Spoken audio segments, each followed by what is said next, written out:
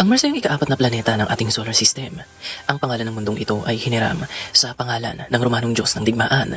Pero mas kilala ang mundong ito bilang the Red Planet o Pulang Planeta dahil nahahawig sa kulay ng dugo ang tingkad ng mundong ito. Ngayon mga kaili, lingid sa kaalaman ng marami, ang planetang ito ay inoobserbahan na ng mga sinaunang kultura bago pa man natin maimbento ang telescope. Tinatayang noon pang 6,000 years ago, inoobserbahan na ng mga Sumerians ang mundong ito. Tinatawag pa nga nila itong Nergal mula sa pangalan ng Sumerian God of War. At ang ilan sa pinakamaagang Mesopotamian text ay nagsasabi na ang ilang Mesopotamian cultures ay tinatawag ang mundong ito bilang bituin ng paghuhukom.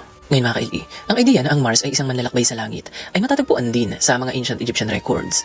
Tinatayang noong pang 3,560 years ago, kalkulado na ng mga Egyptian astronomers ang retrograde motion ng mundong ito. At noong 2,650 years ago, circa 626 BCE, nagawa ng i-record ng mga Babylonian astronomers ang cycle ng Mars. At sa pagpasok ng 4th century BC, sinasabing natuklasan na ni Aristotle na di hamak na mas malayo ang Mars kumpara sa buwan. Nalaman niyang bagay na ito dahil lumalabas sa kanyang obserbasyon na may mga buwan o months kung saan nawawala ang Mars sa view ng Earth dahil ito ay natatakpan ng buwan.